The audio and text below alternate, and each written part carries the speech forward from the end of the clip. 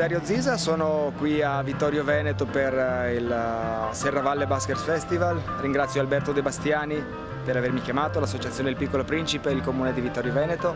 Sono un artista di strada, mi occupo di clownerie, pantomima, collaboro con delle compagnie teatrali e il mio mestiere è fare teatro di strada, teatro comico.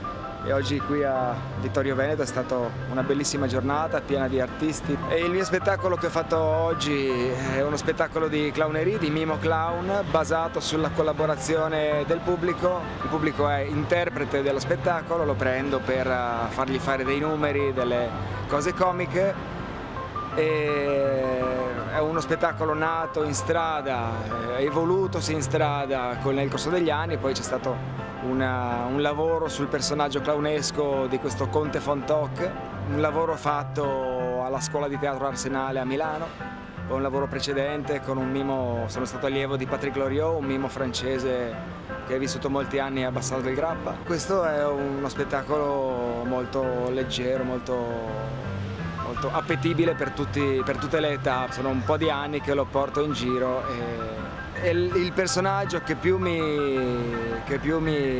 quale più mi ispiro è Buster Keaton, ovviamente Buster Keaton e Charlie Chaplin, ovviamente i clown, anche i fratelli Marx, Groucho Marx. Questi sono i miei punti di riferimento nel mondo della clowneria. Mi sono molto divertito, qui il pubblico è speciale, grazie a tutti e speriamo di rivederci in qualche altra piazza.